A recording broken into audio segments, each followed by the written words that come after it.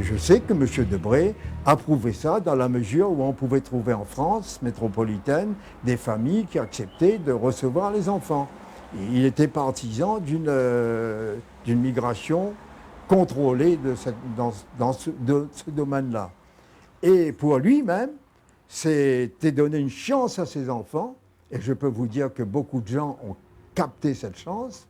Dans la situation coloniale de l'époque à La Réunion, une directive de M. Debré est un ordre quasi militaire.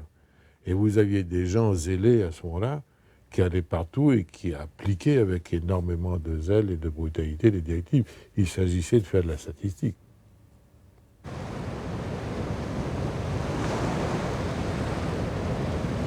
Moi, j'ai été recruté en 1962 pour m'occuper de la migration des travailleurs réunionnais en métropole.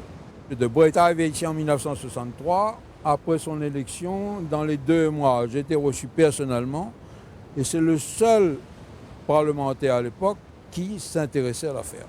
À chaque voyage ici, j'étais reçu par M. Debré à qui je rendais compte personnellement de la façon dont ça marchait, des problèmes qu'on rencontrait, etc. Oui. Et qu'est-ce qu'il vous demandait? Mon travail, hein, le résultat de mon travail. Et il suivait plus particulièrement cette émigration des enfants? Pas plus particulièrement ça que le reste, hein, parce qu'il s'occupait de tout, mais enfin, il suivait ça aussi.